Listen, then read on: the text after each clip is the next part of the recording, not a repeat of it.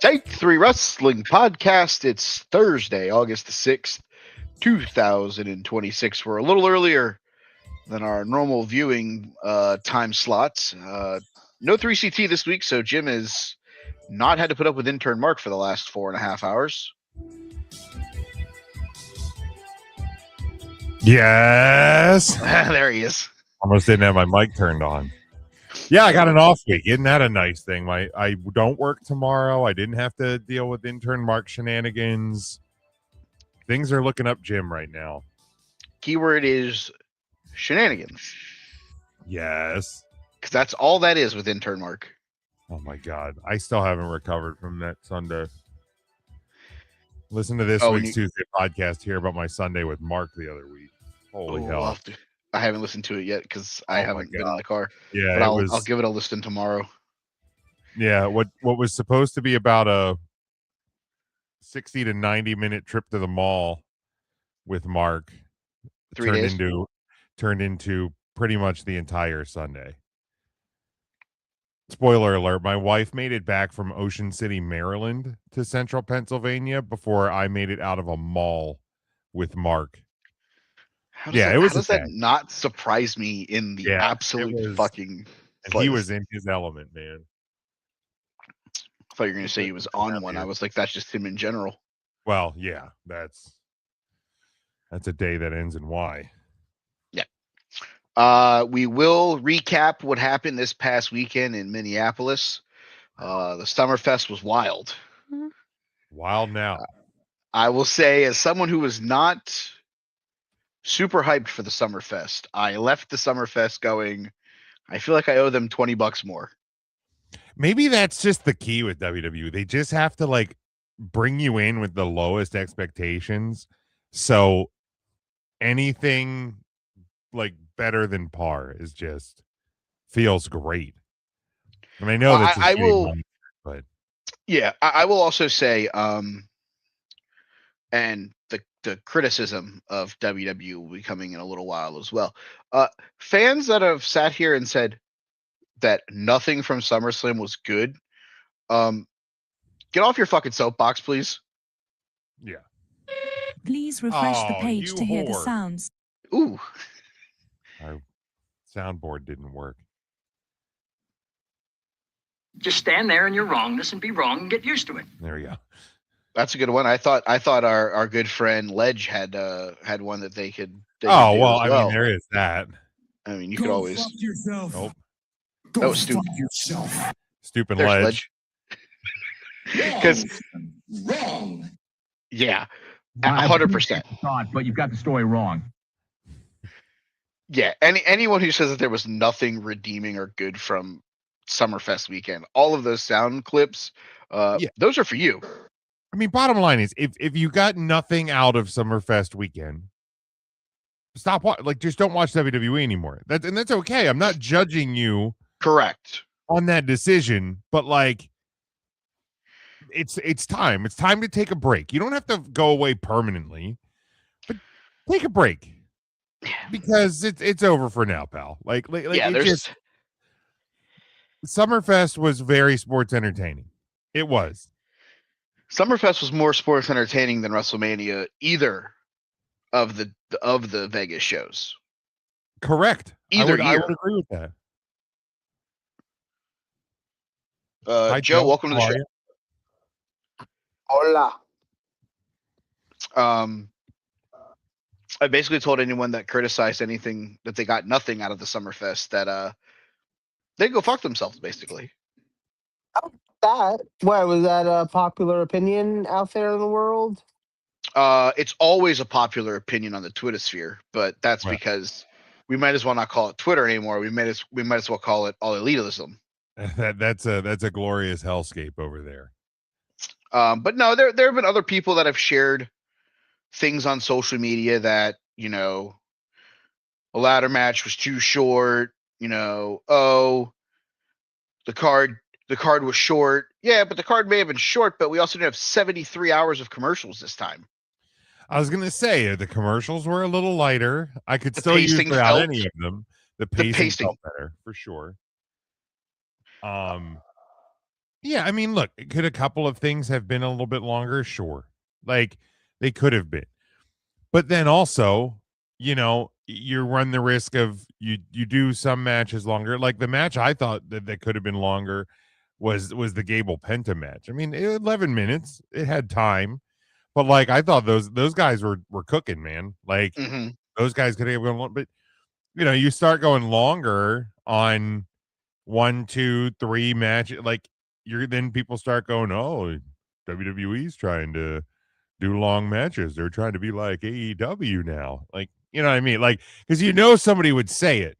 100%. Like right, wrong, or indifferent. Somebody's going to say it, and then you just have to battle back against that nonsense. And so like I felt for at least 2 days and on a sunny half of an arena that isn't blacked out, like your WWE just did what it wanted to do, and it was fine, and it was good, and it was entertaining.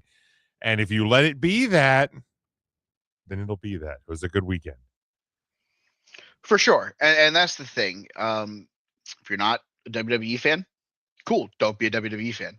But don't hate watch it just to fucking find shit to spite, because that just you're just Like investing into a company that you don't want to invest into. Right. I've said forever, like, I watched the Wrestle Kingdom. What was it? What was the one that like the first one like Jeff Jarrett was on? The Wrestle Kingdom 9 or some shit? Yeah, something like that. Like, I watched that. I went to Ryan's house. We watched it. It was so early in the morning. You feel like you needed a nap 3 minutes into the show? And like, it just wasn't for me. The wrestling's great. The presentation is spectacular. The venue is awesome. But like, that's not my flavor of professional wrestling. So, you know what I haven't done since Wrestle Kingdom 9? I haven't bought a Wrestle Kingdom. I haven't woken up at 4 a.m. to watch this live show out of Tokyo. And guess what? It went on without me. Like, I feel like everybody on the internet needs to be reminded that if you stop watching WWE, if you don't hate watch them, you don't hate tweet them, you just ignore their existence, the WWE is going to operate. You're going to live your life and you're going to be okay. You can watch AEW, you can watch TNA, you can watch New Japan, you can watch, independent wrestling. There's TNA. so much other wrestling out there. You can enjoy that. You can watch it. WWE will be fine. You'll be fine. It'll be okay. Hate watching just feels like it's a not unnecessary, because it is unnecessary, but it just feels like it's a silly waste of time. And so two things, Yes. two thoughts here. Thought number one, they just need something to do with their time. Did you strike a thought? Yes, because you shouldn't do that. It'll get you in trouble. I like WWE, and I still don't have time to watch it. Right. So like, they hate it, and they have time to watch every single show. There's something wrong with that picture. Right. Second thought that I had. Speaking Did you of strike the people, this one? No. Good. Okay, good. You're learning. That's Yeah. I don't want you to go to jail. Learn progress. I feel like let's talk about not the fans who are hate watching. Let's talk about the fans that are happily watching. There might have been a lot less of them than last year. And I say that because I saw on TikTok, I think it was a Dave Meltzer Observer Radio thing, but it was an interesting point. They didn't announce the attendance for either night. Correct. Which or is even not the like combined. them. Or even the combined, you're right. Which is not like them for a stadium show. Now, according to Wikipedia, there was 36,683 on night 1, 33,086 on night 2 for a combined 69,769. Which is significantly less than last year. Correct. Last year, they had 53,000 for night 1, 60,561 for night 2, a combined 113,722. Now, granted, you were seeing a John Cena title defense in his final Correct. SummerSlam, but nonetheless, a pretty significant drop of about what would that be? About 50,000 Yeah, because I mean, let's be year honest over year. here. Like, yes, last year you got John Cena versus Cody Rhodes, the John Cena farewell tour, the literal rematch from WrestleMania. I get all that. But they gave us two main events this year, and I'm not even counting Oba and Brock, but like you can count that. But just even announcing and having Roman Reigns versus Seth Rollins and Cody Rhodes versus CM Punk, those were matches we expected to see main eventing a WrestleMania. Right.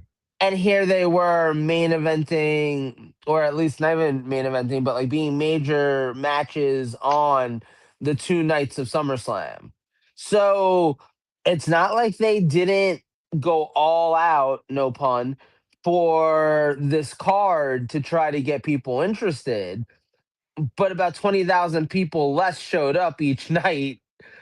And I mean, sure, you could say part of that's location, New Jersey versus Minnesota. Like, there's obviously a difference there.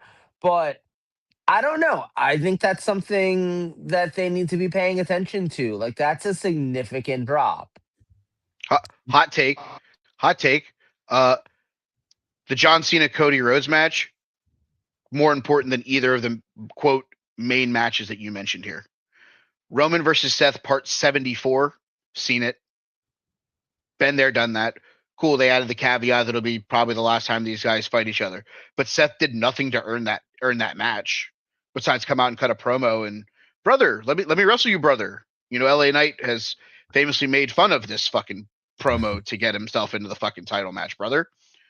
And Cody Rhodes versus CM Punk was cool on paper, but like, I don't necessarily think that it was anywhere near the level of importance of a John Cena title match in his final Summerfest match. I mean, I think you hit the nail on the head with the other part of the reason why.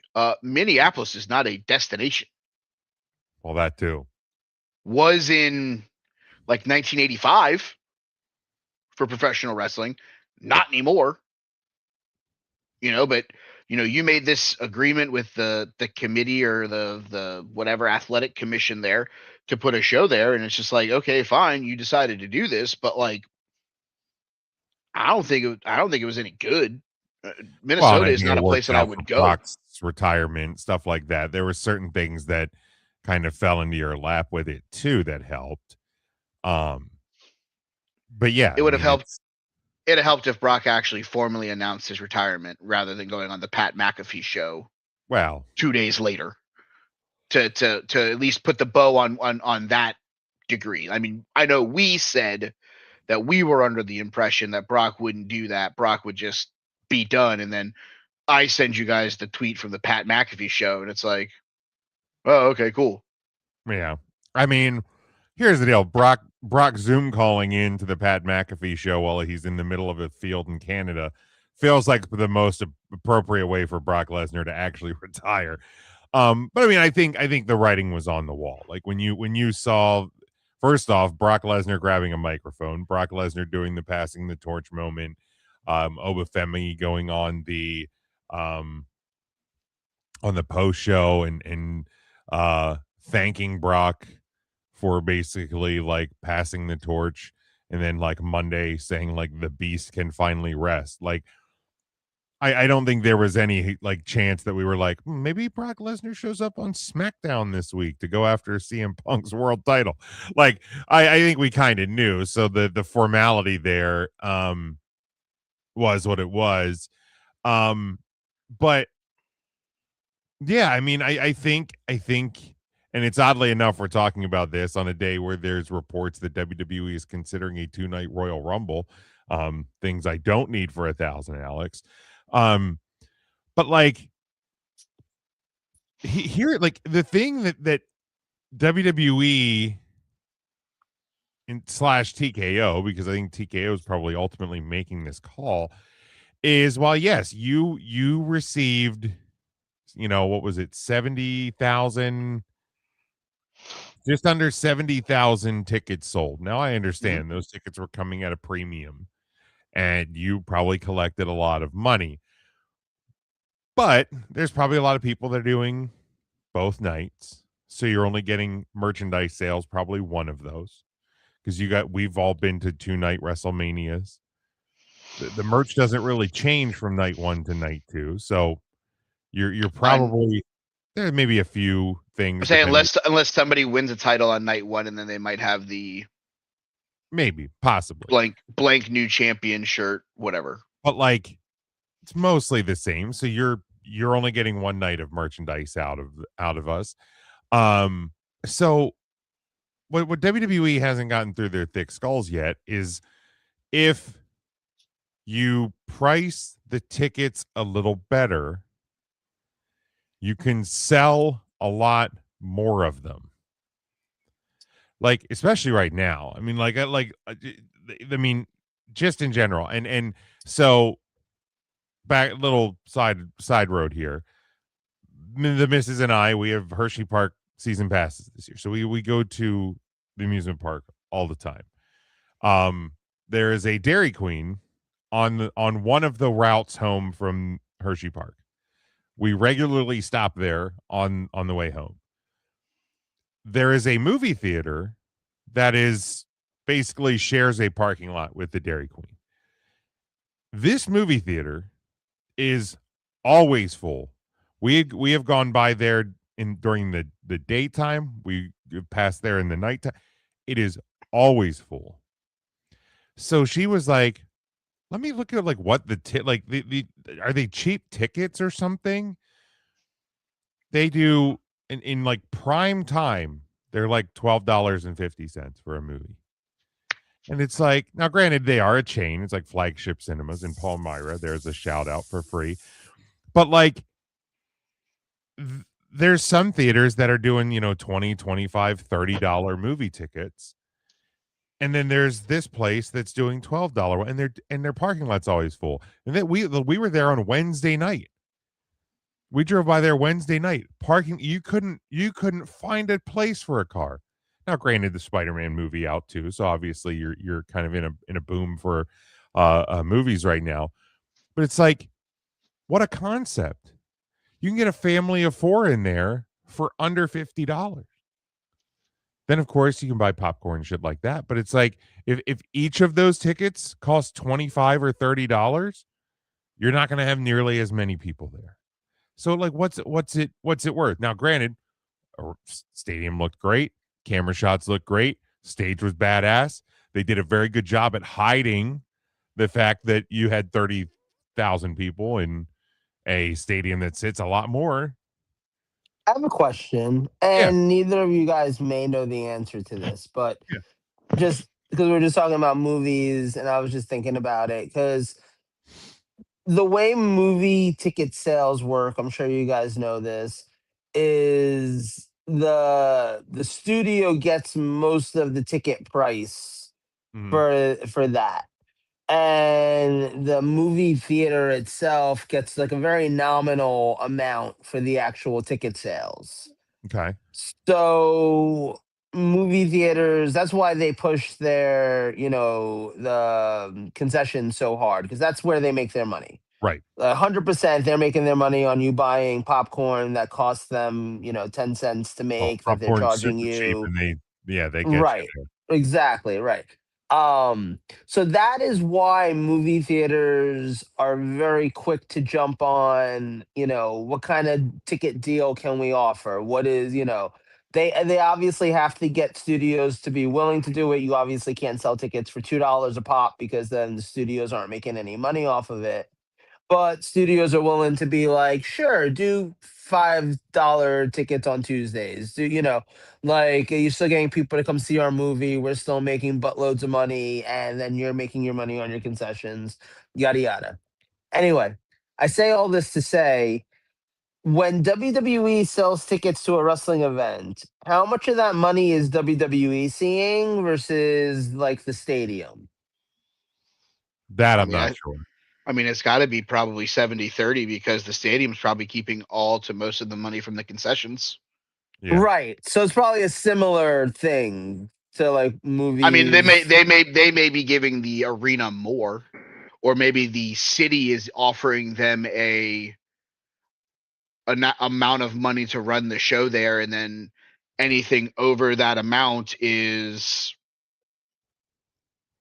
split whatever the cut is. I mean, maybe a city we'll use Minneapolis. Maybe they paid $2 million for SummerSlam to have SummerSlam there, Right. and then okay, so the first 2 million is Minnesota's recouping that, and then whatever on ticket prices get split after 2 million, 60-40, 70-30, whatever it is, and then WWE maybe gets a small end of the like a 10% cut of whatever in food and beverages.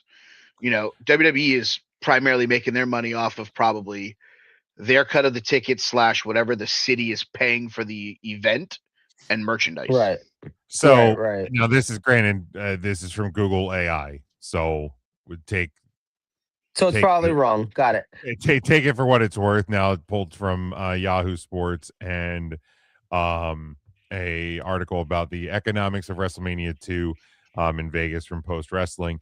But stadiums typically earn between like 2 and 10 million in direct venue revenue. So like the city pays WWE to come there to begin with. So like for SummerSlam Right. last year, WWE was paid 7.1 million just to come to New York and do the show. Almost 10 million for WrestleMania last year and this year. And WWE also collects most of the ticket gate They do. for the for the events. So food, beverage, parking, that's where the stadium makes most of their money each and every night. And stadium events, the stadium will usually earn a commission up to around 35% on merchandise sold, because your WWE is utilizing their facilities and a lot of times their workers to Right. work in there. So basically the stadiums are collecting on food, beverage, and parking, as well as like merchandise revenue primarily. So here's now where I want to wrap this around to. I think that the phenomenon that has become 2 night major events in WWE, 2 night WrestleManias that aren't going anywhere, 2 night SummerSlams aren't going anywhere. Now maybe we're going to see 2 night Royal Rumbles. Who knows? If you do the math, I think that WWE is mainly doing these 2 night events for the sake of the cities that they're going to. Because the cities are paying up front $7 million, $10 million, whatever it is. Yeah. And then at the end of the day, like you said, like WWE, like what do they get out of doing 2 nights? Other than, in theory, they get some ticket sales, obviously they get that, but they're not getting extra merchandise sales. They're not getting any of that. But you and I both know, all three of us know, we ate each of the 2 nights we went to Oh, WrestleMania. yeah. We drank, we ate. We bought sodas the 2 nights that we went to WrestleMania. Like you paid for parking the 2 nights you went to WrestleMania. Like they are making double money on basically nothing because the event's there for 2 nights. So of course you're going to go for 2 nights. And for the city itself too. I mean, you're going to have people are probably coming in on Friday or Thursday, like WrestleMania. People are coming in probably Yeah. Wednesday, And Thursday that week. So they're staying in hotels, they're eating at restaurants. right. It's the reason they want to host the World Cup, why they want to host the Super Bowl. Like WWE is on that level. They are, And, yeah. because like ticket sales, if WWE does one night, they could sell the same number of tickets for one night, if they do it right and they book it right and all of that, that stadium holds 70,000. So you can get Correct. 70,000 people in one night, or you can get 70,000 people across 2 nights. Right. So yeah, I agree. Like, I think and also it does present the opportunity to have quote unquote more main events or more main eventers. Like we talked about it at WrestleMania 39. Like, when did you ever think that you would see a tag team match main event WrestleMania? If it was a one night WrestleMania, Right. it's never happening. Correct. But you had a unique opportunity with a night one of WrestleMania and a story that was hot enough with the Bloodline and Sammy and Kevin Owens that, hey, we can have these guys main event and it'll be something special and neat and whatever. And they did it. So it presents money making opportunities for themselves and for the cities, and it presents unique booking opportunities as well. I honestly think, I know we weren't necessarily going to talk a lot about the whole Royal Rumble 2 night thing, but if any event makes sense to me to split into 2 nights, I think it's Royal Rumble, because you've just gone now from a 4 match card to an 8 match weekend. And that's more opportunity for storylines and feuds, and whole road to WrestleMania can be a lot more interesting if you have that wiggle room to actually do more than just have like a world title match, a random women's match, and then 2 Royal Rumbles. I will say the thing that no one has brought to the table yet on why they're doing 2 match shows. It's the same thing with WCW when they were a major entity and involved in everything. Exclusivity. The last thing you want to do is piss off a city, and then all of a sudden they open up the doors and say, "Hey, Tony Khan, do you want to have All In at State Farm or Stadium in Glendale, Arizona, that's only ever hosted a WWE event?" That's a good point. You start pissing off some of these cities and you start gouging their eyes out. Next thing you know, you're seeing AEW presents Revolution from Hard Rock Stadium in beautiful Miami Gardens. Mm-hmm. That's a good point. I mean, that's in reality, they're doing it to keep, it feels like, to keep AEW from potentially growing to other buildings. AEW could have had y'all in at Jerry World. You know who's got a great relationship with Jerry World? WWE/TKO. Mm-hmm. Why do you think it happened at Globe Life Park? It's literally in the same fucking parking lot. I was gonna say it's right there. I mean, we literally walked right past Globe Life to go to WrestleMania. It's right there. Part of me thinks that this is more of a, the city wants to generate or wants to give us $7 or $8 million in free money. How do we make sure the city's happy? Yeah. It's a 2-night event. think- Cool. But when we do this and we hear shit for it, we have bad numbers, and we don't share our attendance, you got to make sure that we're the only one doing the dance inside this arena. Right. Okay, cool. Exclusivity. You keep other places from, I mean, magically, how many times has the Allstate Arena been used?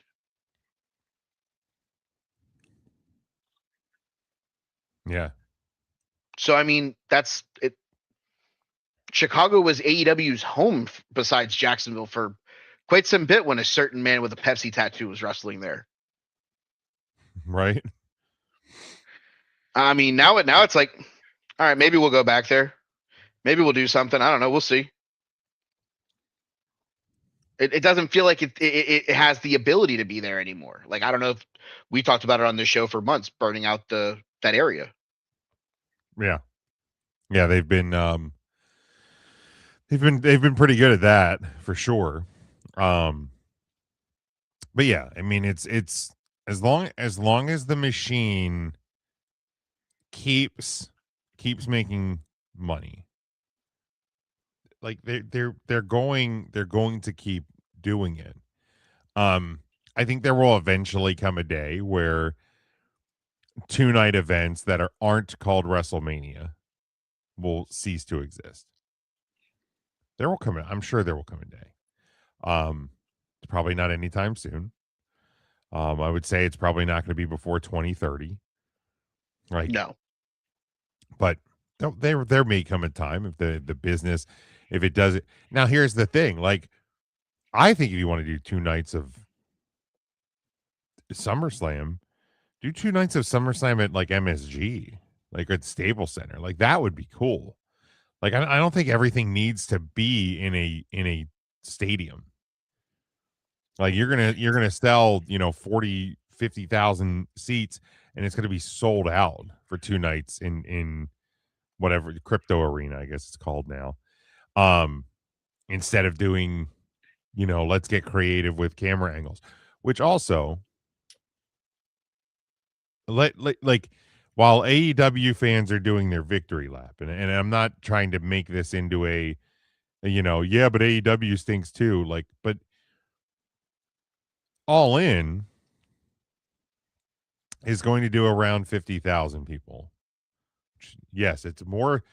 Yes, the mathematicians were out this weekend that they're going to do more than each night of SummerSlam. Congratulations.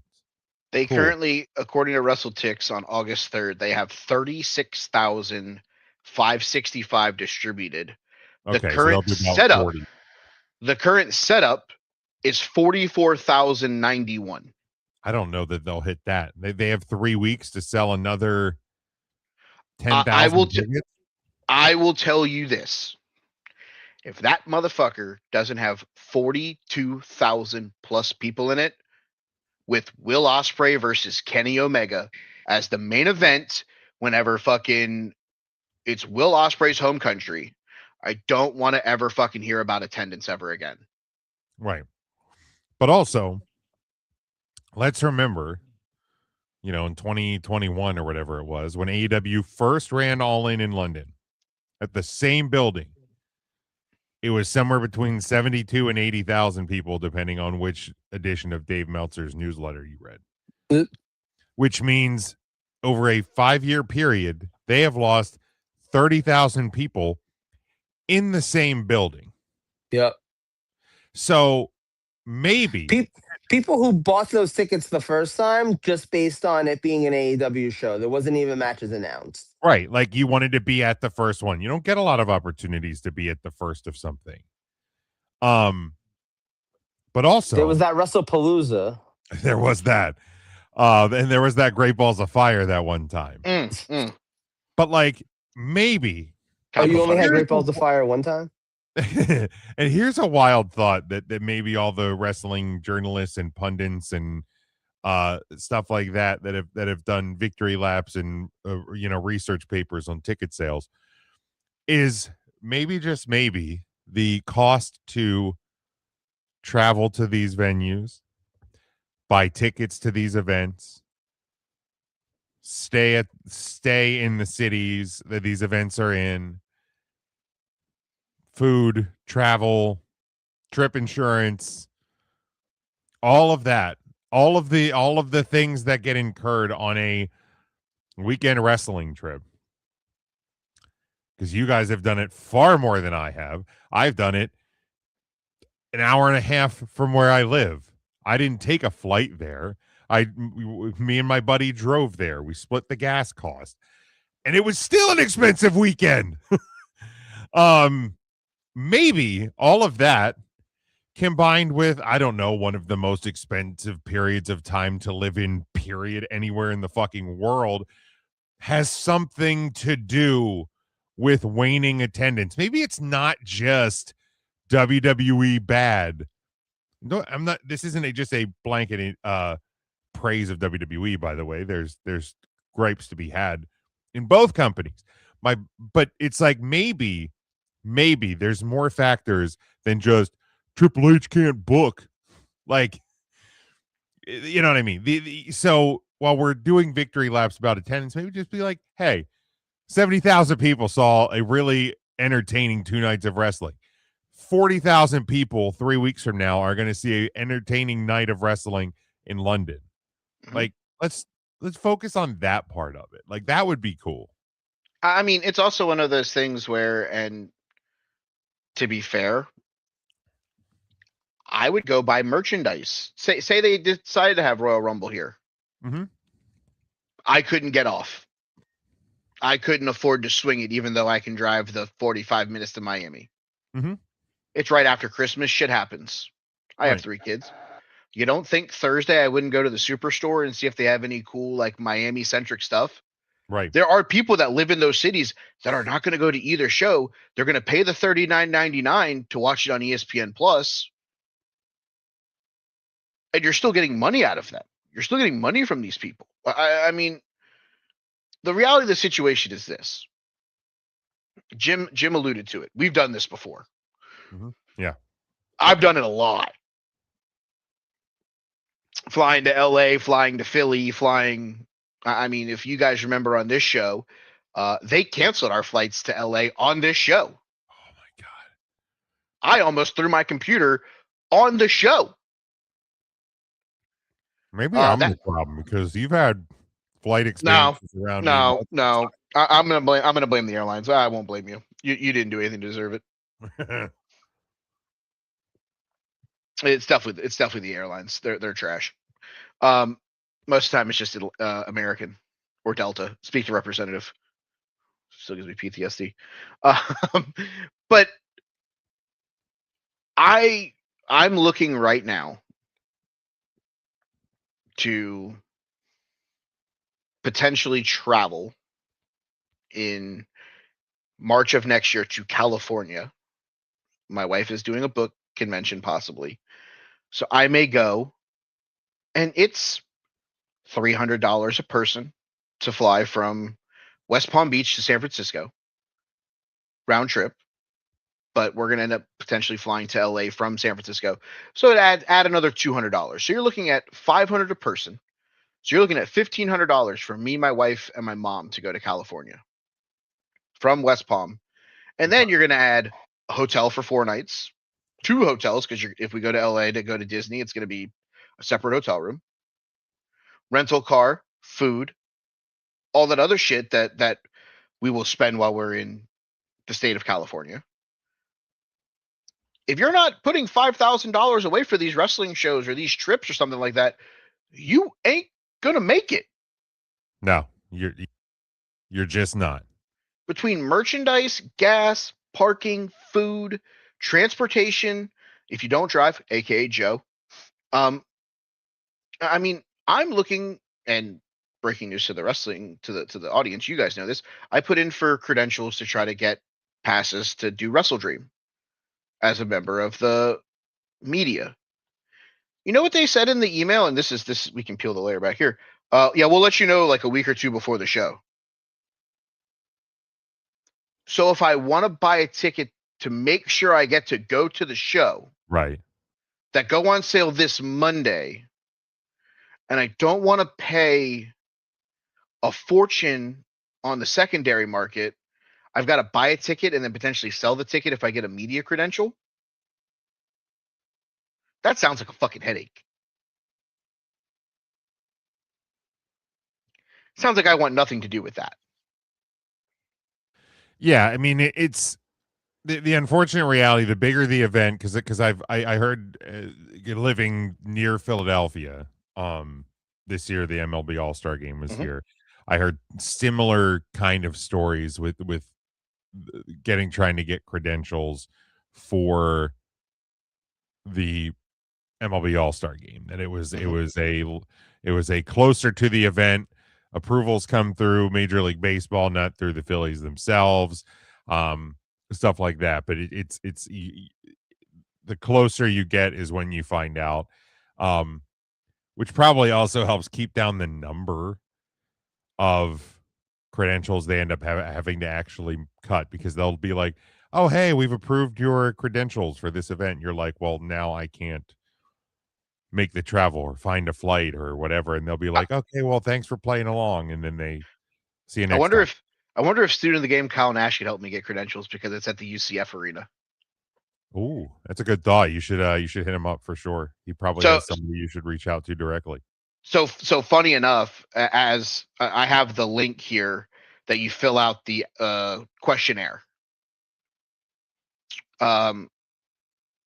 This is what this has announced so far. Okay, so these are upcoming shows that you can select to attend for AEW, and then we'll get to the SummerSlam recap. Baltimore for Dynamite on August 19th. Philadelphia, Death Before Dishonor, the 21st. The 22nd in Reading for a Collision. Dynamite and Collision in Glasgow. London and All In. Allen, Texas for Dynamite and Collision September 2nd. Then you have Athens, Georgia for the Rebel Heart Dynasty on September 9th. That show will be a quite emotional show, probably. So there's that. Springfield, Mass, Norfolk, Virginia, Charleston, West Virginia, Indianapolis, Indiana, All Out in Chicago, Illinois on September 26th. Speaking of Chicago. Orlando for Wrestle Dream. And then November 14th, Full Gear from Phoenix, Arizona. Okay. Shocking. What'll be there 2.5 months later? Yeah. WWE. The Royal Rumble. Just a wild thought. So yeah. All right, let's go to the Summerfest. Is there anything that we want to start with before we get that we want to 100% start with? I'll give you guys the floor on that, on picking where we start with it. Joe, why don't you take a stab first? Well, I'm proud of all of us for actually watching a wrestling show. I am proud. I ended up finishing watching last night the main event, but nice. Did watch it all. Oh, okay. So wait, let's go with that. What was your guys' favorite match on the whole show on the 2 nights? Jim, I'll let you start. I actually think this may not be the most popular opinion, but I loved CM Punk versus Cody Rhodes. I thought that felt like vintage World Wrestling Federation. And I loved every minute of it. It was maybe a little bit too long, possibly, but I loved it. Oh, we got a comment here. We're talking a little Summerfest from this past weekend. The Summerfest. I will say my favorite match probably of the weekend. We started with it. Io Sky versus Liv Morgan. That was a banger. It's a great opener. Very great opener. I don't know that there was a better match to open up the 2-night SummerSlam match card with than that. I agree. They hit that one out the fucking park. I will give them all the credit in the world for that one. Joe, your favorite? Yeah, no, that was for the sake of being different, because I would have said Punk and Cody, because I love that match also. I think you hit it. You hit the nail on the head by saying it was very classic WWF. You know what I mean? Like it's classic wrestling main event from a WWF show. And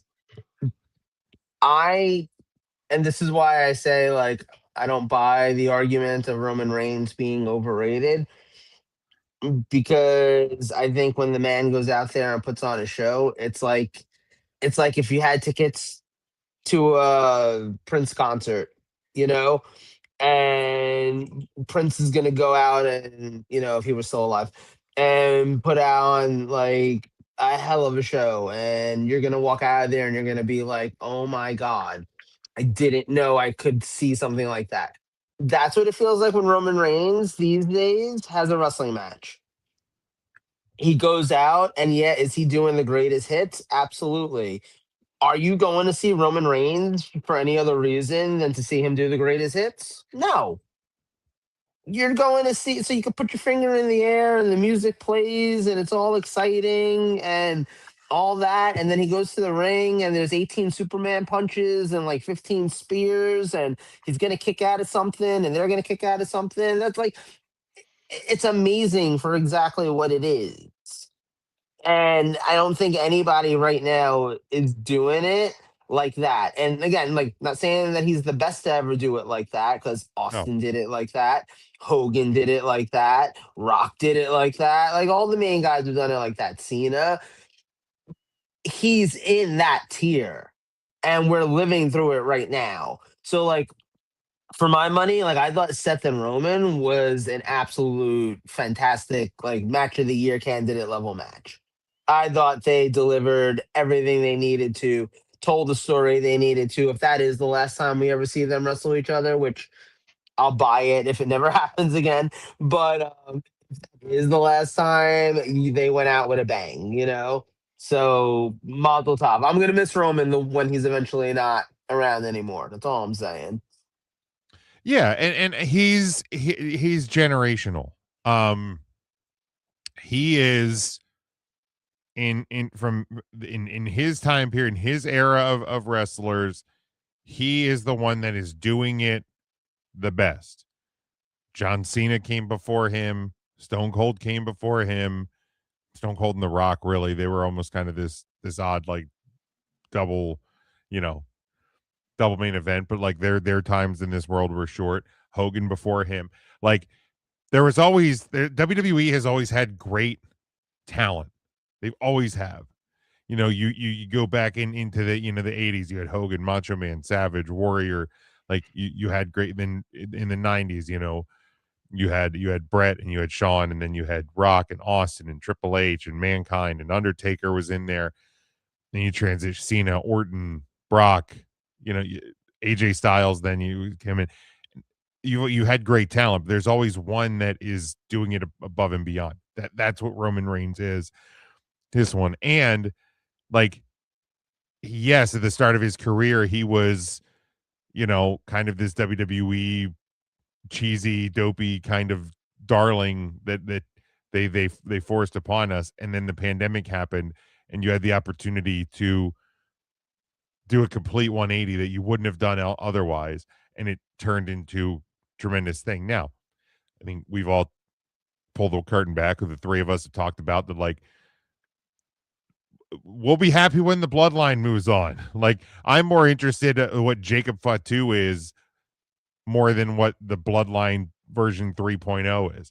Like, and Roman, I'm more intrigued to see what Roman Reigns does towards the end of his career, like when he doesn't just win the title and run the bloodline back. Like, if this the end game of this current run is, and I'm sure we'll talk about Oba and Brock, but like it's Oba Femi going to WrestleMania in Saudi and taking that title off of Roman, like, sure, give me 6 more months of the bloodline. Like, give me Oba Femi running through the bloodline. I will gladly take that if that's the end game. But then I'm more intrigued. What does it like? What is a truly like part-time no belt Roman, like working an Undertaker schedule? What does that look like? And when you hear that music hit, like, is it as impactful as when you would hear the gong hit and stuff like that? That's intriguing to me. So I will also miss Roman when he's gone. I thought Roman and Seth did a fantastic job. I've always been a Seth guy. Seth has always been my number one out of the Shield guys. And they put on a fantastic piece of WWE entertainment to close out what was a really, really fun weekend of wrestling. Yeah, I mean, obviously we peeled back the layer. We've talked about Roman Reigns a lot over the last 12 hours or so, and obviously, the match was great. The finish was kind of expected. The way that it ended was cool, but we obviously thought Roman was going to retain. Um, my biggest thing is, and we talked about the Bloodline 3.0. I don't need to see the Bloodline do this again. They did this for shoot 3-4 years. Arguably the greatest storyline in all of professional wrestling. We've said that on this show multiple times. I don't need this being the NWO versus the NWO Red and Black, because we had that with the MFTs, and then we had Solo and the misfit toys of Royce Keys and LA Knight taking on the Bloodline on Summerfest. Right. I don't need it, because to me, and I know we said the Oba thing, and if Oba runs through them, and that's cool. Oba's line to Roman Reigns has to be the Royal Rumble. And he has to be a guy who goes in there early, 1, 2, 3, and dominates the Royal Rumble. Yeah. Now, if he loses because the Bloodline come out and to save Roman Reigns, eliminate him, and then he wins his shot inside the Elimination Chamber or something along those lines, cool. But I don't think that's where we're going right now. I don't think that's the War Games match. I don't think that's anything. I genuinely, truthfully believe that Obafemi's run to Roman Reigns is the Royal Rumble. Yeah. That's how he gets the match. And that's how he should get the match. Yeah, that's okay. But if that's how he's getting it, I don't need the Bloodline 3.0. I just don't. I mean, cool, great competitors. I think the Usos being in the tag division and things along those lines, we can try to rebuild the tag team division. Cool, love that. But they could just be single stars on SmackDown and add even more value to that brand. And you could have Jacob doing what he did to Royce Keys at the end of Monday Night Raw on Raw, and Roman Reigns could just be Roman Reigns. Right. Because the fact of the matter is this: there was one person when the Bloodline started that needed the Bloodline to be successful, and it was Roman Reigns. Yeah. Because he was Braun Breaker from season 3 of Unreal, where Triple H said, we didn't go with Braun because we didn't want to shove him down your throat. Newsflash, Roman was shoved down our throats for years. He was. He was the John Cena of the 2010s. Agreed. The difference is they pulled the trigger on the heel turn of Roman Reigns that they never pulled on John. Mm-hmm. And it ended up making Roman Reigns must-see television. Mm-hmm. It's interesting too, because I think the argument will always be, and talk about just real life and like things being about a matter of when they happen and time and stuff like that. I still don't know that Roman Reigns goes heel if it's not during the pandemic. And he just doesn't go away. Huh? And he just doesn't go away. He's just still there every week. Yeah. I mean, even right, like that's number one. Like he probably wouldn't have ever gone away. He probably would have just stayed. Like the only reason that he disappeared was because of his health issues related to the potential. Right. So, but even besides that, I think WWE creative and Vince McMahon, who was still making the decisions at that time, was willing to take a chance on let's turn him heel, because the worst thing that happens is people on the internet complain, which as we've established, no one's there. Right. As we've established, people on the internet are probably going to complain anyway. Right. So like is what it is. You're not gonna make your decisions based on one way or the other if people are gonna do that or not. What Vince McMahon is always booked about and what WWE creative tries to care about is the live reaction. It's why they never would pull the trigger with Cena. One of the many reasons why. Because hell, look, when they turned Austin heel, most of the crowds were still cheering for him. So like they have experience of let's give this a try. Oh shit, it didn't actually work. Everyone still just wants to cheer for this person. So like I do genuinely think that if it had been a world where there were crowds they would have been way less willing to pull the trigger and give Roman that heel turn. But since there is nobody there, fuck it, let's try it. What do we got to lose? Yeah. Yeah, 1,000%. There was a lot of things WWE tried in the pandemic because they could. Because, like, you're pumping in crowd noise, people are on little virtual screens. You can do whatever you want. You can make it as cinematic as you want. You can try things with people that you wouldn't try if it wasn't for this situation. And credit to them, you know, for doing that and finding something that really effing worked. Absolutely. And I mean, think about all the other talent that they gave shots to when they weren't worried about crowd effect or crowd noise.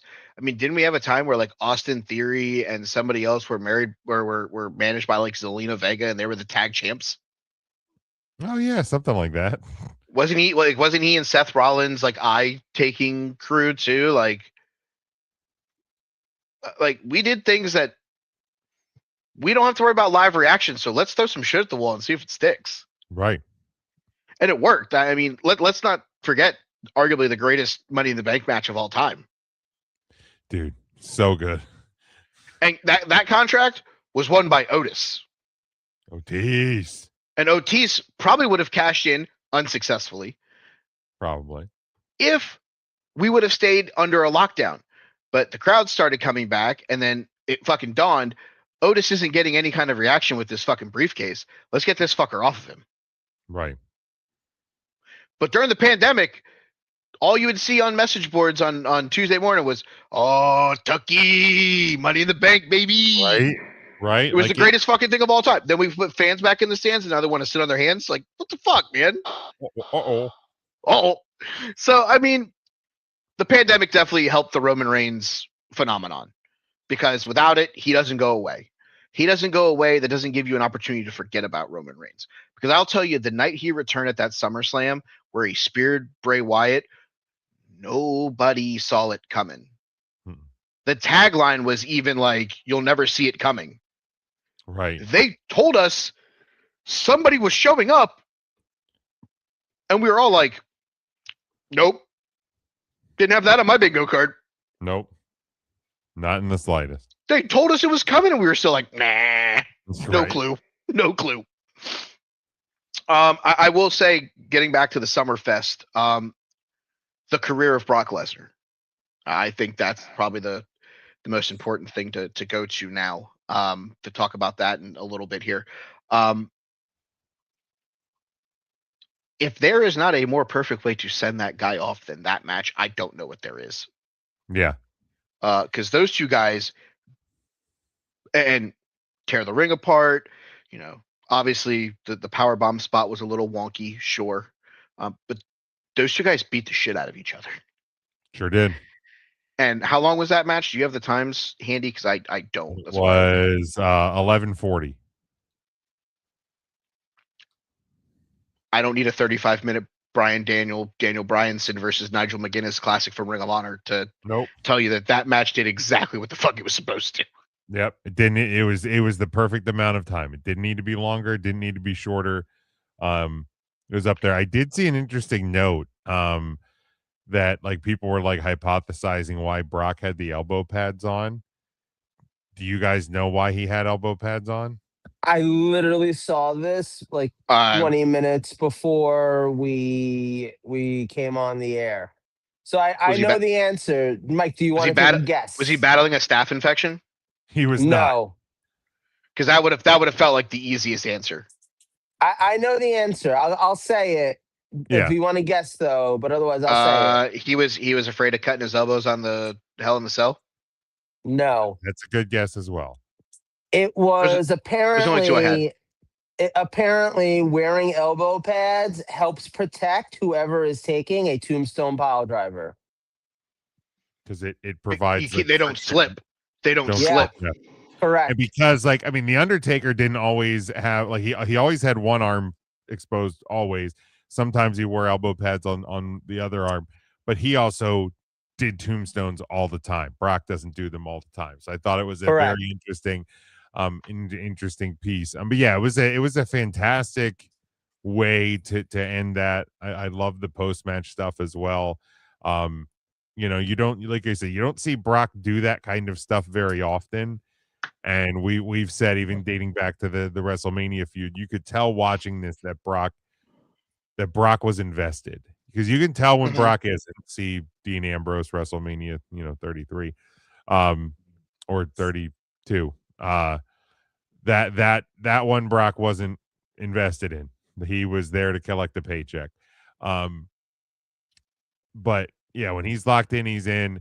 I have a question once we talk about the match or whatever a little bit, but I have a question regarding like Brock's legacy that I want to touch on before we move past Brock. But yeah, I thought it was a great way to end the night and his career. I'm curious about the question. Is there? I mean, we'll ask the question and then we can continue talking about the match after, because I mean it's. So if somebody says to you and you have to pick one thing, like what is Brock Lesnar's legacy to you? What is the thing, like if somebody says Brock Lesnar's like defining moment in WWE, what's his legacy? What is that to you? Joe, I'll go to you first. Show up, wreck shit, and leave. And like, if I had to point to a specific match, it's a SummerSlam. No, it wasn't a SummerSlam match. It was not SummerSlam. I think it was like Extreme Rules, but it was the one against John Cena right after he returned after WrestleMania, whatever year there was, a WrestleMania 28. I think I was SummerSlam, where he was it a SummerSlam match? Yeah, it was like 10 minutes of him just fucking beating the shit out of Cena. He just ragdolled him around the ring. Yeah, like, that was a SummerSlam. There is no more of a representative Brock Lesnar match than that right there.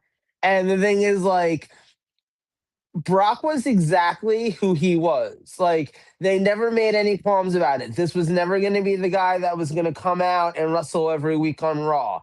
This was never going to be the guy that was going to come out and, definitely be there month in and month out. You weren't guaranteed to see him, even if he was the world champion. You weren't guaranteed to see him on a monthly basis. But when he did show up, he was going to be the most entertaining part of the entire show. Sure. Whether that was because of him suplexing somebody 30-something times, or it was because every once in a while he would actually let his personality shine through, and you'd get moments. You'd get like beatbox, Brock. You'd get like, little things like that where you're just like, oh man, I love this guy. Anytime he showed up, it was, you were getting the most bang for your buck, no pun. You were absolutely getting everything that you could possibly want out of a Brock Lesnar appearance in that time. Like, let's be honest, right? The whole reason everyone was mad that he wasn't around more often is because they wanted to see more of him. Like, you're not mad that someone's not around if you don't want to see them wrestle. You're not like, damn, X-Pac hasn't been on in 3 weeks. Like, that's not a thing. But people would get upset when Brock was the world champion and he wouldn't be there every single week. Well, yeah, it's because you want to see him. They're succeeding in what they're doing, So, like, show up. What was it?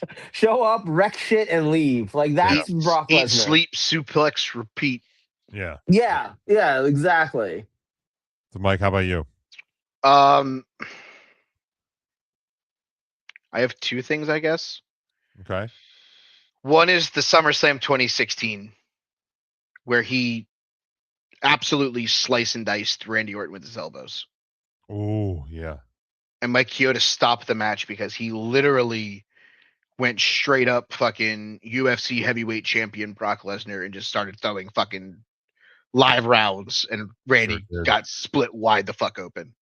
But the way that I will remember Brock Lesnar, and this will be some people will say this is a hot take, and that's okay.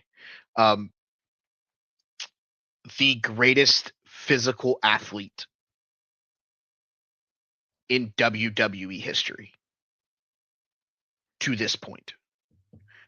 You don't see guys that break into this business, do what he did, becoming at the time the youngest world heavyweight champion in all of wrestling history, beating The Rock at the Summerfest and winning the title, to then having the moments that he had, being so frustrated and betting on himself that he left. And arguably one of the worst WrestleMania matches of all time. Whoa. It's like if Bill Goldberg worked more than 10 minutes. Bill Goldberg. Right. Yeah. So it's one of those, oh man, you hear Goldberg and Brock Lesnar were having a match. Oh yeah, who's the crowd cheering? Who is the crowd cheering for? The referee. Stone Cold. Right. The peanut vendor at the end of the aisle. I mean, he probably would have gotten a better pop than either of those guys that night. Let's be very transparent there. That was rough. To then bet on himself, go try to play in the NFL, a sport that I don't really think he had any training in. I don't believe. Almost made the Vikings roster, from what people said. Yeah. To then going to the UFC, losing his first ever fight, to winning the world title. And this isn't like the WWE world title. No. He was wrestling guys his size or bigger. Right, this is a legit fight title. And held it for a while. And unfortunately, then he had the diverticulitis shit.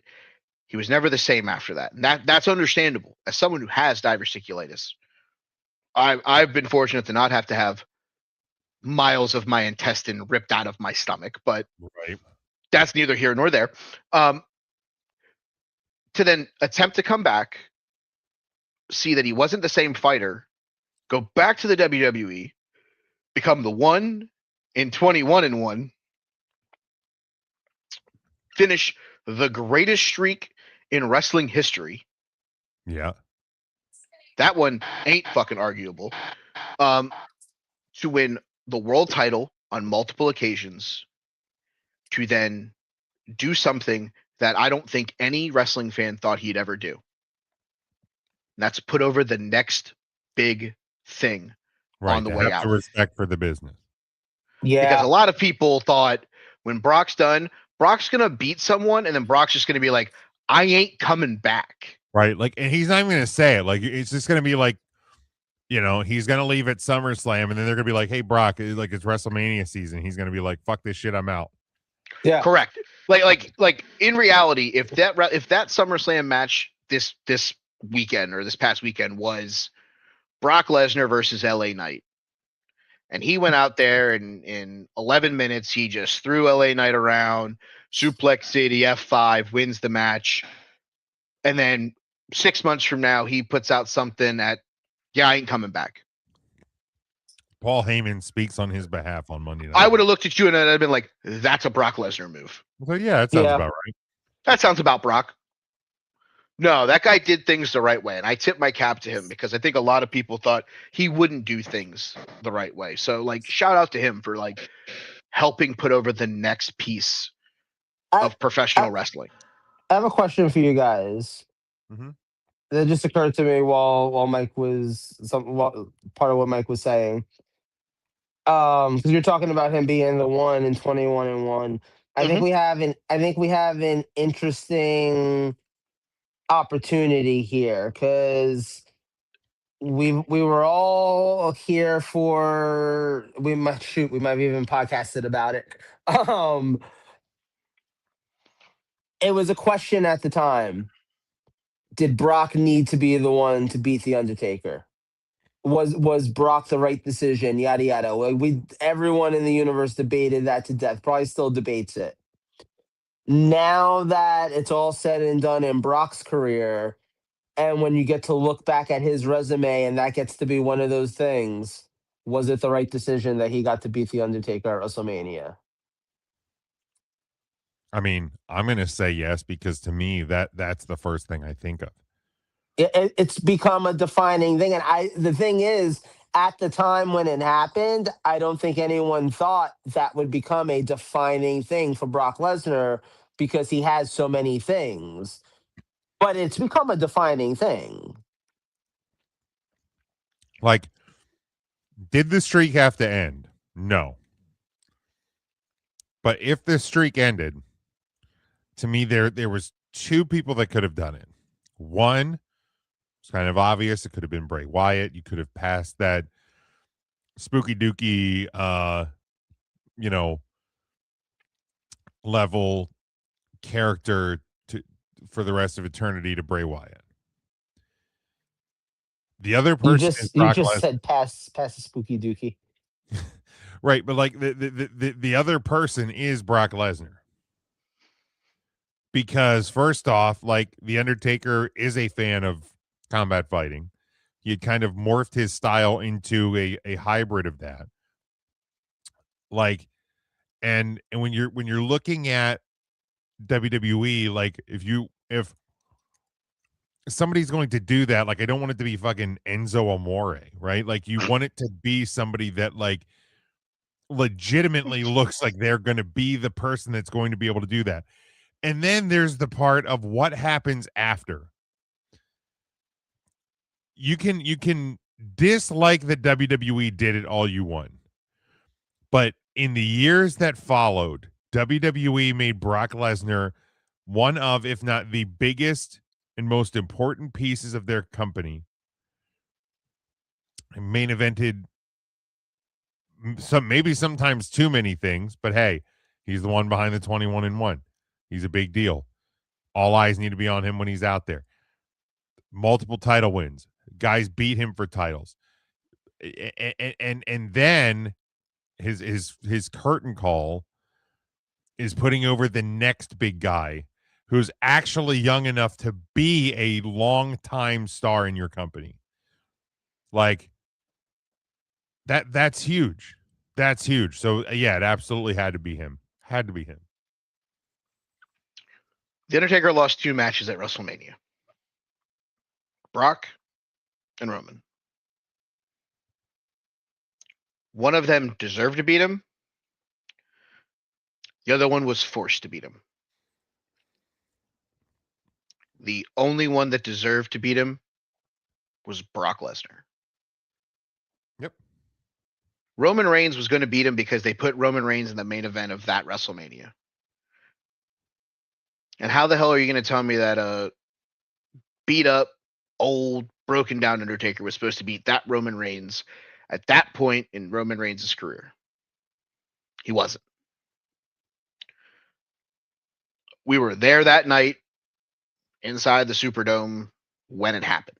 And I will tell you, aside from probably a night in Kansas City where we lost Owen Hart, that's probably the quietest a wrestling arena has ever been. Oh, and by the way, that wrestling arena didn't have 15,000 people in it. It had 104,000 people in it. And I could hear your thoughts sitting next to me. Yeah, there's one guy that deserved to be the one in 21-1. He should have been the only one, potentially aside from Bray Wyatt. But I think he beats Bray. If Undertaker was still undefeated and Bray beat him, I could have got behind it. But when he's already lost to someone, yeah, the one in 21-1 should have stayed Brock Lesnar. Because that win for Brock Lesnar, probably the most important win is in his entire career. Because he got a second lease on being the box office draw, on 100%. Being the guy. You know, because they could have looked up and been like, Brock scorned us back at WrestleMania 20. That was like 10 years ago. I mean, is he going to do it again whenever a hair gets up his ass, or, you know, he doesn't want to do this, or he doesn't want to fight this person? He's just going to not show up. Why are we going to give him this? And Brock was like, the ball's at the 2-yard line. Give me the fucking ball. Yeah. Like that. They gave it to him, and what did he do? He just kept running it in the end zone every fucking time from there on out. He became must-see TV anytime he was on the show. And if he showed up randomly, it was the highest clicked thing on Twitter for days. Mm-hmm.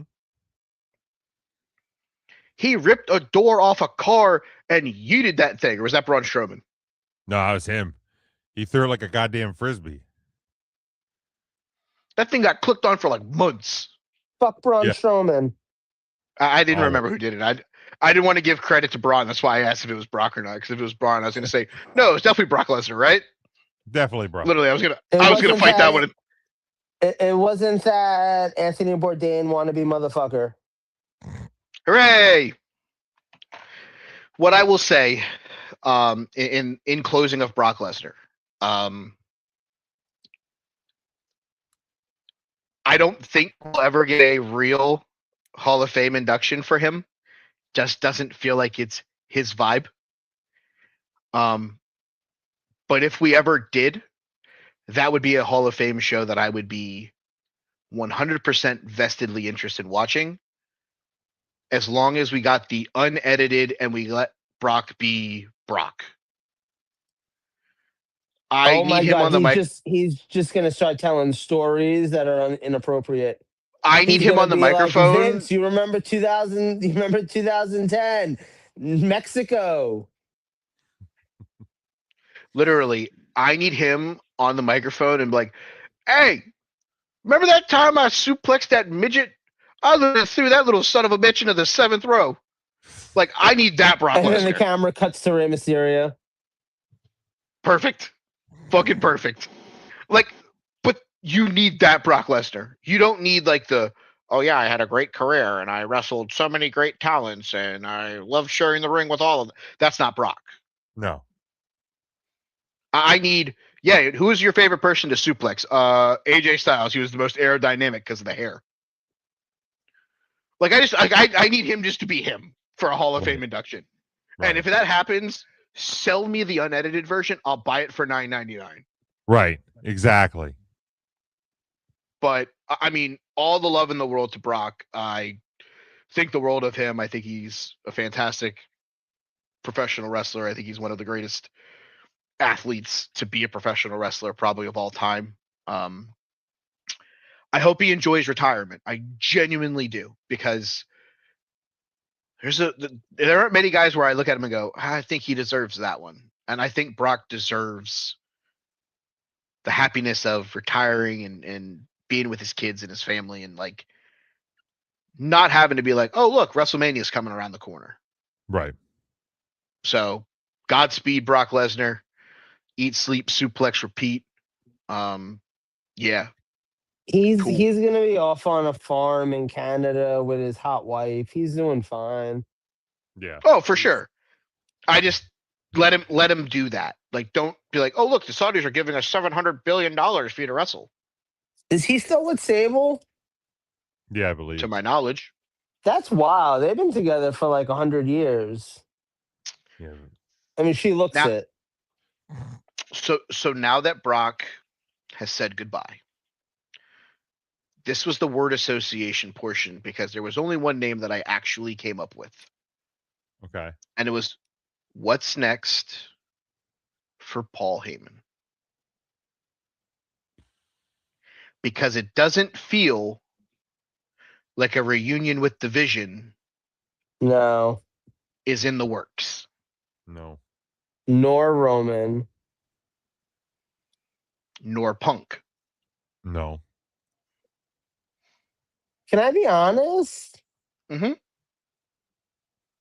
Kind of wouldn't be mad if Paul Heyman took a little vacation. I agree. I think we can. I don't think it would hurt to be without Paul Heyman for a little while. Like one of the two main events at last year's WrestleMania was basically for custody of Paul Heyman. Paul Heyman I on a pole match instead of Judy yeah, Bagwell on a like forklift. I feel like if he took 6 months to a year off when it had some really good burgers and Yonkers, like just kind of chillax, like, or even listen. I don't know how involved he is in the creative side of things, but even if you want to have him there, but I think just him off our TV screens wouldn't be the worst thing for a relative period of time. I'm not opposed to that. But there was one thing that I thought made sense. Baron Corbin. No. Heel Cody Rhodes. Oh.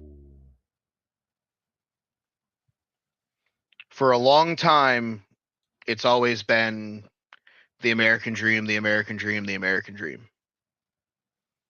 Well, who had a great relationship with Dusty? Paul. Cody, I don't know that Cody has many heel promos in him where I'm going to believe that QB1 turned into QB2 or QB3.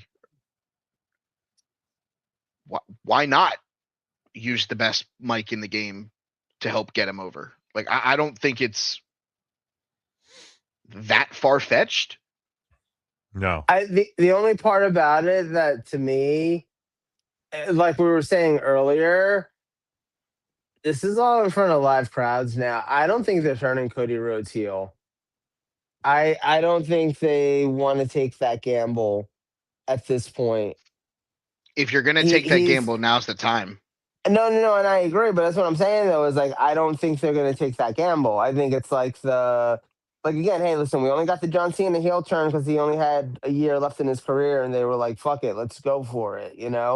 I think it's the John Cena thing. I think it's you know, it's the thing where, like I said, like look, let's go like across the years, right? Like across the generations. WWE never would have turned Hulk Hogan heel. Hulk Hogan had to turn heel in another company. It's the only reason Hulk Hogan got to be heel. In fact, when he finally came back to WWE, he came back as a heel, and within like 2 months, he was the ultimate face again. So like they were never going to turn him. Then you get into Stone Cold Steve Austin and The Rock, and it's a whole other different thing. But by the end of that, they try to turn Austin heel, and it basically blows up in their face. Now, I still think it's some of the most entertaining stuff, and if you go back and watch it now, it's still hella fun. But I remember living through 2001 and living through people being like, "This is an absolute nightmare. We can't believe this is the bullshit that's happening right now. This is awful. Why are they trying to turn him, into a bad guy?" Like I remember that. After that, you get into John Cena, who we established they were never going to turn heel, never had an opportunity. Then you get into Roman Reigns, who only turns heel when there's no audience to react negatively to it. Now we're back in a world where there's audiences, there's merchandise. Like, let's be real. In a world where John Cena isn't the person that Make a Wish kids are requesting to kiss them on their cancer ridden foreheads, it's Cody Rhodes. So is WWE really going to turn that guy heel? I don't think so. I think it's one of those things, just like 2 night events and just like all that. You're looking at the business before you're looking at the creative. And from a business standpoint, you don't turn Cody Rhodes heel.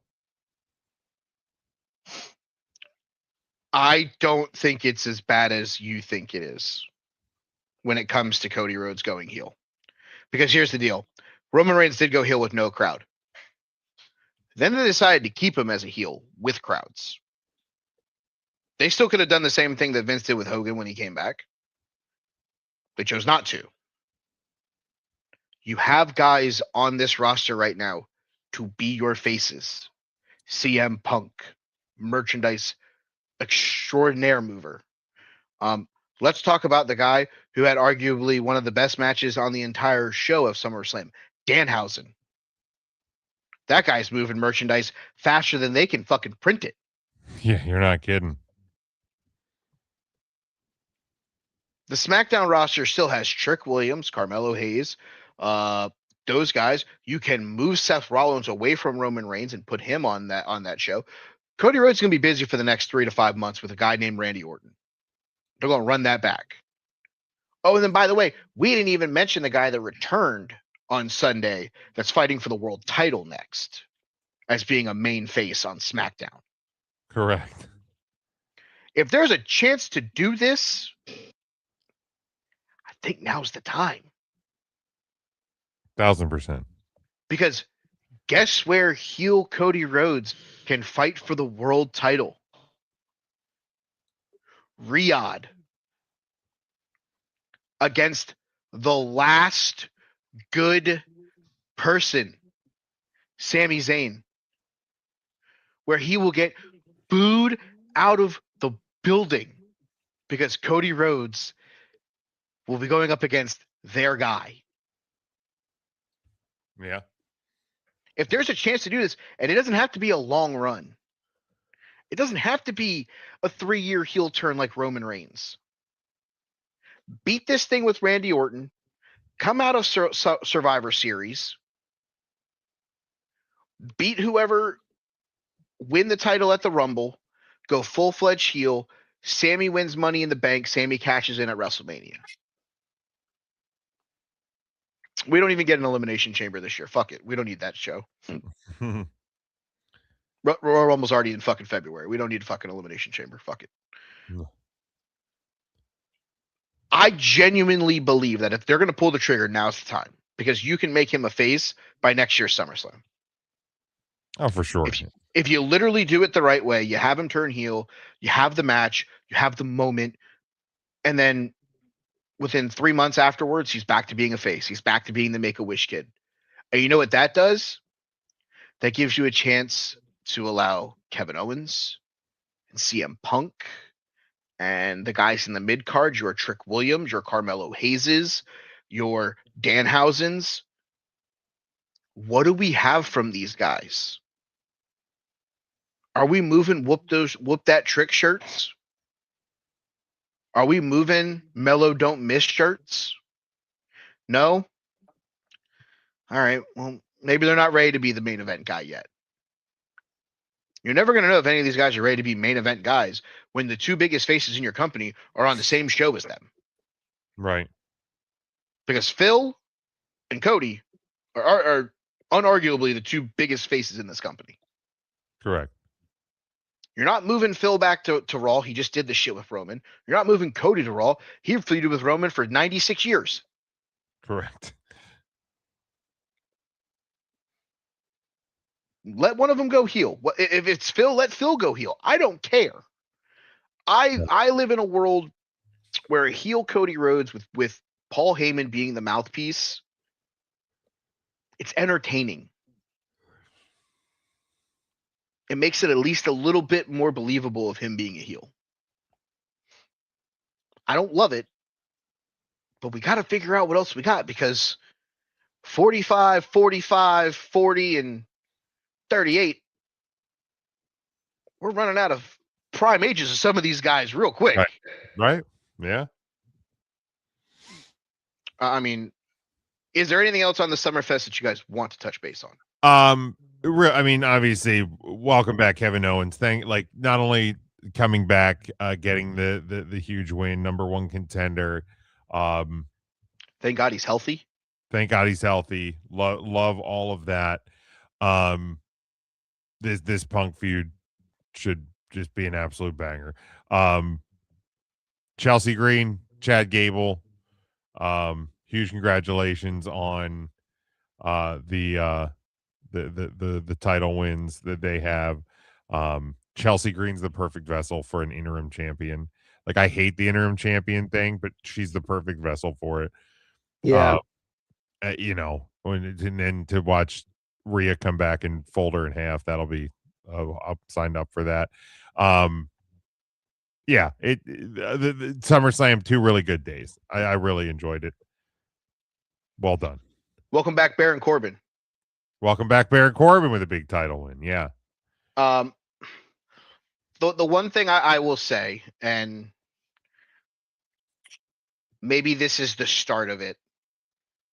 I love Danhausen probably more than anybody else on this show. That's okay. But if he only sticks to one show and he isn't on both TV shows moving forward, I think you're still okay. Like, be done with the Judgment Day stuff. Yes. Like, just let Dominic Mysterio go fight for defend the AAA Mega title against El Grande Americano, and just don't be involved with them anymore. You tried to curse Liv, you uncursed Liv. She retained the title. It is what it is. Correct. Just be done with the Judgment Day. But like, Danhausen being the fun gimmick, he doesn't have to wrestle on every show. He doesn't have to wrestle on every PLE. Can he have the moments like Joe has mentioned before? Like, oh, here's the Danhausen segment. Here's him coming out with the Mini-Hausens and doing something fun. Sure. Get him on the show in some way, but it doesn't always have to be a match moving forward.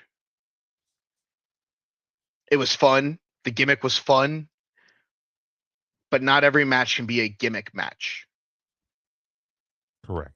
And it feels like we're getting in the world of everything involving Danhausen has to be a gimmick, which is unfortunate because I do think he's a good professional wrestler. No, he's not great, but I think he's a good professional wrestler. So let him be a good professional wrestler. Yes. Break out the curses every once in a while, have the fun hunky-dunky moments. It's cool. But like, I don't need the human money's on a pole match again. It was fun, but let's let him have those moments. Let him go out and host Danhausen TV or, whatever it is to get at the Miz or whoever. Like, I'm okay with it. Like, we achieved a lot in 6 months of Danhausen. Correct. So that was cool. And then last but certainly not least, we mentioned, you already mentioned the Chelsea Green winning the interim title. Rhea Ripley knee surgery.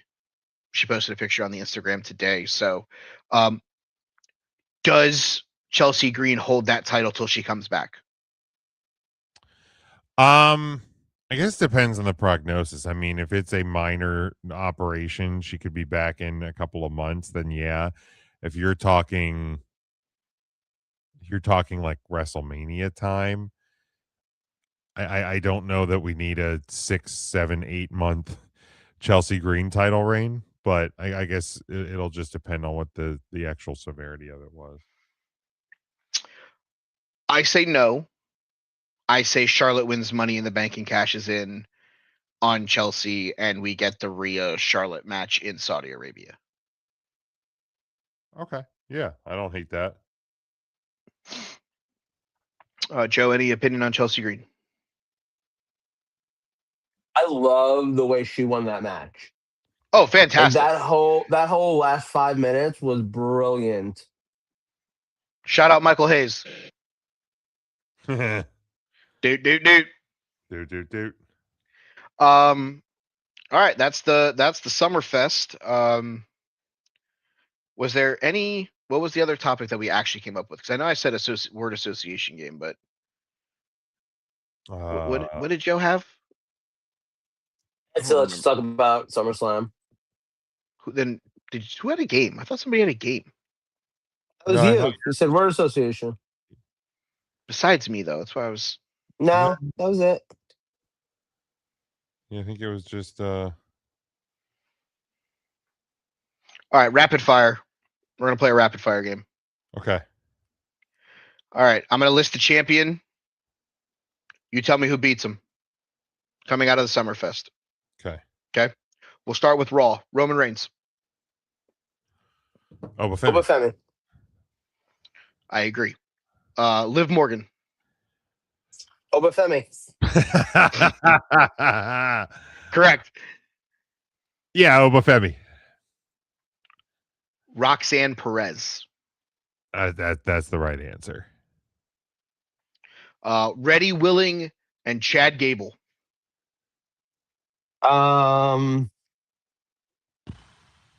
See, I want to say El Grande Americano, but I feel like he's too big a star in Mexico to be Intercontinental Champion in the U.S.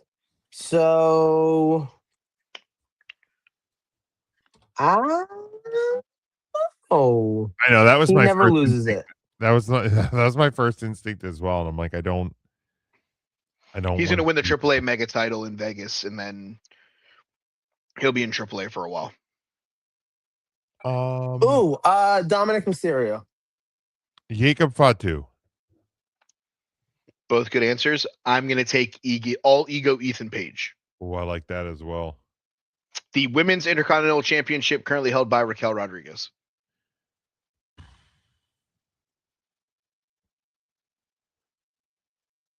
That feels like, yeah, nobody. You know what? That feels like a Lola Vice. I think she's going to SmackDown though, but I Is she do on like SmackDown? I don't hate your thought process. Like, it feels like an NXT call up. Is there anybody else getting called up from NXT Not at the moment, not that I'm aware of. anytime soon? Good God. Do we just put it back on Sol Ruka? I guess, but if you believe the internets, they've cooled off on her, or they're not pleased with her work. So, do you go back to put it on, like, well, no, because Lyra's a heel as well. Unless you now. put it on Pam, and then Pam loses to her on the way out. You can put it on, but yeah, maybe it'll be Pam. Maybe we'll do that. Give it to Pam, and Pam does the honors on her way out. Reportedly on her way out. Anyone, Joe? Page. I don't hate it. Yeah, I don't hate it. World Tag Team Championships currently held by the Vision: Braun Breaker, Austin Leroy / Logan Paul.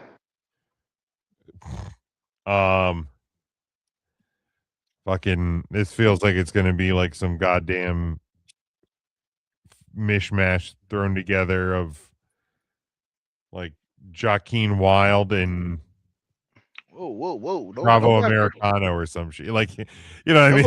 Don't go after Pero Del Mar. No, there's a correct answer here. I just don't think anybody's thinking about it right now. Is it the Creeds? Usos? The Creeds. The Lucha Brothers. Okay. I like that a lot. They're gonna get back together. I like that. Phil from Chicago.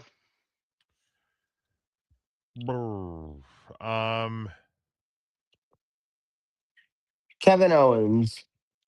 I would love for it to be him. I just don't know that they're gonna pull the trigger. Yeah, I would love it to be Kevin Owens as well. Have Punk and Owens ever had a match?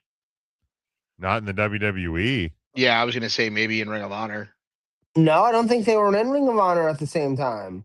Owens and Generico didn't start in Ring of Honor until 2007. The sad thing is, this feels like a heel ass Cody win. Like it, like ultimately, I feel like that's what'll end it up being. Heel ass Cody, like in that exact. They have never had a televised singles match. Wow, that's wild. According to the interwebs. Never. Yeah, I kind of had a feeling. Now, it doesn't say anything about any other promotions or anything along those lines, PWG, etc. I don't know that Punk was ever in PWG, so I don't actually know. So he was, but in like 2004. I think again predates Owens. Like I don't think, as much as they were both in the same places, I don't think they ever were at the same time. Like how Spike Lee went to my high school, but not when I was there. Fair. All right. It really does feel like a heel ass Cody win. Yeah. I really feel like that's the easy answer. So I will not go with the easy answer. I will say that the new champion will be, or the next champion.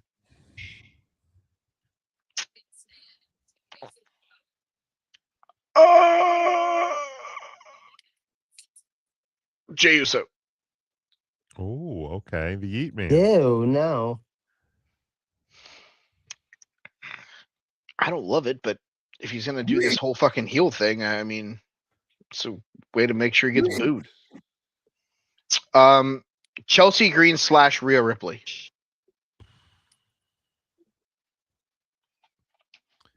Well, Rhea Ripley. Yeah, like short term, Rhea Ripley beats Chelsea if it's a short term injury. If it's not, then you know what? Alexa Bliss wins it from Chelsea. Charlotte takes it from Alexa, leading to a different match at WrestleMania. I think Charlotte beats both of them. Hmm. The United States Championship currently held by the new champion, Baron Corbin. Matt Cardona. Chelsea's husband. I think Trick Williams wins it back in like 2 weeks.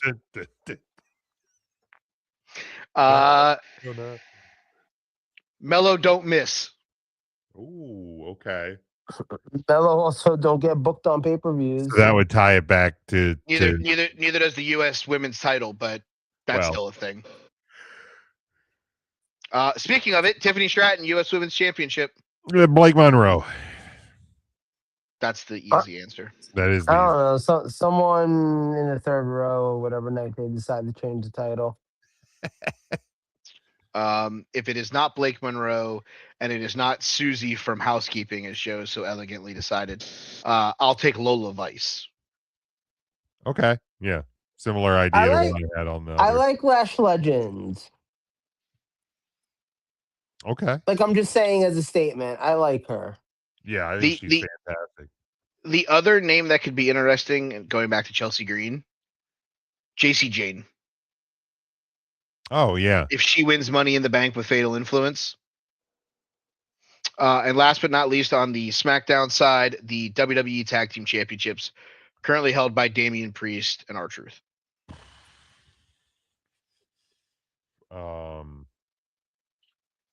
Oh, it's going to be, who's the ones that want to win the titles here in AAA? The Haiku brothers. The Viking Raiders? No, Haiku's sons. Oh, the Tongans. MFT, the Tongans. I'm like, but no, like, did you see they ran the whole angle where Haiku's with them and they attack? Dude, it's Haku. Haiku is a poem. That's Haiku. No, you confused the shit out of me because I'm like, is this guy trying to read off a haiku right now? The fuck are we doing? No, it's Meng. First it's off, Haku. Meng. I think it's very bold that you would make fun of one of the scariest dudes in the history of this business. That's his name. It's Haiku Meng. No, it's Haku. No, it's not. It's Haiku Meng. Look, I just want to It's make not sure. Gucci Mane. Look, All right, I just want thank to you. make sure that if Haku ever sees this, he understands that the views and comments made by Joe do not reflect Mike or Jim or the Take 3 Wrestling podcast. I'm trying to show respect to the great legend Haku. This is Joe going by himself down a road that we didn't want to travel on. I'm just Haiku's two sons are a tag team now. Champions they will be. Yes. Okay. Fuck,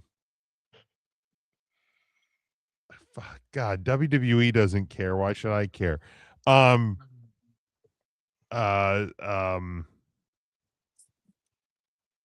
Fucking,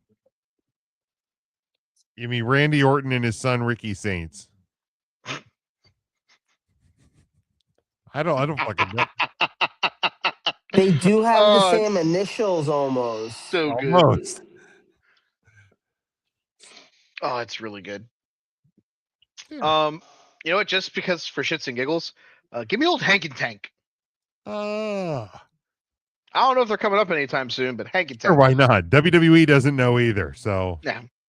And last on the main roster, the Fatal Influence, Fallon Henley, Laney Reed, the current women's tag champs. Shit, I couldn't even told you that they were the current women's tag champs. You didn't watch? Did you watch SummerSlam? Because they definitely came out with the titles. Yeah. Give me Lash Legend and Nia Jax because I like them. There you go. Haiku, Nia Jax.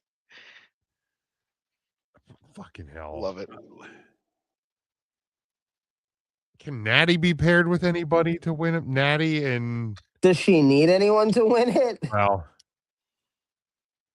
like holy hell, the WWE barely cares about women's singles titles. Fucking Natty and Paige, because Paige needs a new tag partner. I will agree with you on Paige because I definitely think that was supposed to be the angle. It was eventually to Paige and this person against the Bella Twins for the women's tag titles. That person is someone that I just figured out may be coming up from NXT. It's Tatum Paxley.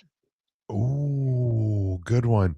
Actually, I'm changing my answer though. Oh fuck, who the hell was it? I just had it in my brain. Obafemi. No. Yeah, Obafemi. You're right. How'd you know? Oh god damn it. Oh, Put all the titles on Obafemi. AJ Lee and Caitlyn. A returning Caitlyn. We're gonna just go back to 2010. Give Divas a chance. Why not? I'm in. Sign me up. I think they should do the thing like when Kurt Angle won all the titles in TNA, just with Obafemi and all of the titles. I don't hate it. I mean, Kurt never won the Knockouts title. Don't lie to me. Yeah, but that was a technicality, and I think Eric Young did. Well, that's because Eric Young might. Well, we're not telling Obafemi how to identify. That's for sure. Fuck that. His last name is Femi. We're fine. If you would like to ask him, feel free while you're talking to Haiku. The man's name is not Obamaski, okay? It's Obafemi. I'm just saying, we're fine. Haiku and the feminine one. Can't wait to watch Joe ask them those questions at our next media day. Yeah. It'll also be Joe's final media day as part of the Take the Wrestling podcast. Yes. All right. We ready to go to MVPs of the week? You got it.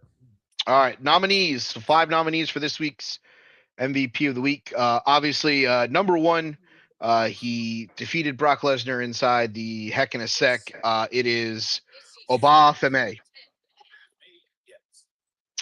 Number two, the new United States champion, Baron Corbin. Number three, retained the title in the Night 2 main event. It's Roman Reigns. Number four, retained the WWE Championship in Night 1. That is CM Punk. And last but certainly not least, the new interim women's champion. We pledge allegiance to her service, Chelsea Green.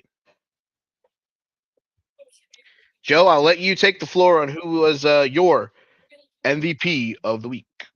Has to be Obafemi. Joe takes Obafemi. Jim. And now this is in draft style. We can all you can double down. We both took Fatal Influence the first time we did this. Yeah, I think it's Obafemi.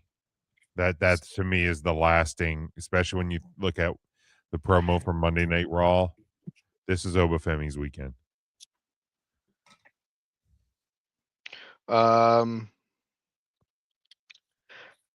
It feels like this should be the clean sweep. With no disrespect to the other 4 nominees, so it will be the clean sweep.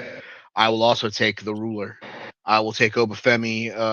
If there is somebody in professional wrestling that had a bigger week than that guy, I would like to see who that is, because I'd be telling you that you're lying. And that's including having a show in Arena, Mexico. Yes. So, but that is your MVPs of the week. Congratulations to Obafemi. He has moved on. Joe, anything before we go?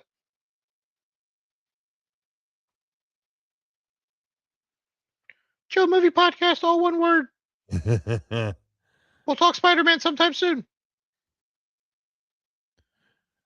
Now I have Jim? a question. If Joe can still hear my voice, if I haven't caught up on any of the current Spider-Man movies, can I still go watch this one? I would watch the one before it. I'd watch the one before. Watch the one before it. Okay, I'll have to do that. 3 count, 3CT. We were off Bye, this Joe. week. Bye, Joe. We were off this week. So no new content.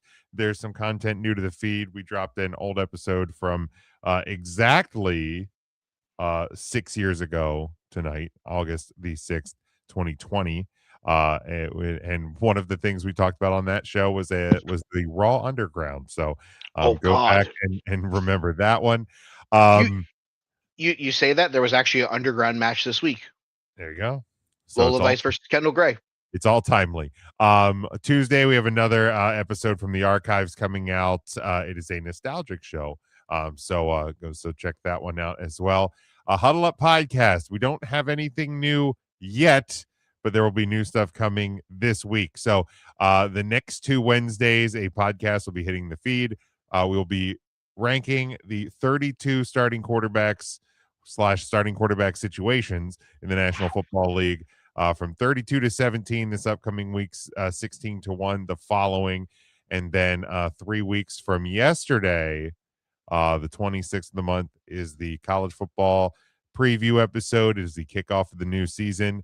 If you tune in, you'll probably recognize a few faces because it's guaranteed, barring illness or unforeseen circumstances, the 2 guys that hold down the fort here will be the new weekly hosts of the Huddle Up Podcast. The regular cast of characters may drop in from time to time. The door always is open there, but so we are dusting off the gear, cleaning it up, loosening up, going through some of our preseason routines because we are not far away from a new season of Huddle Up Podcast. Very excited for that. Absolutely. Can't wait for it. If you follow me over on the Facebook, I'm doing one player every day that wears the number of days until we're back in the saddle again. That started on the 22nd with Derrick Henry. I dropped down with the defending world champion Seattle Seahawks and Devin Witherspoon on the 21st. Today's, because it was the Hall of Fame game. Congratulations to the Carolina Panthers for winning the Hall of Fame game. I went with Arizona Cardinal running back Bam Knight. Tomorrow's, I don't have it yet, but I'll have it teed up here in a few short minutes when we get off of the show. Can't wait to get back in the saddle with that. We'll talk all things college football on the 26th, including maybe one of my more outlandish takes. But you have to listen to that to hear that. Until then, we thank you guys for listening to us here. You can follow the show at Take the number 3 Wrestling on the Twitter. You can follow me at They Call Me Bird, Jim over at Big Jim Sports. Joe, you don't want to follow his Twitter handle. It gets real ugly over there. Until then, for the guys, I'm Mike. We'll see you next week right here on the Take 3 Wrestling Podcast.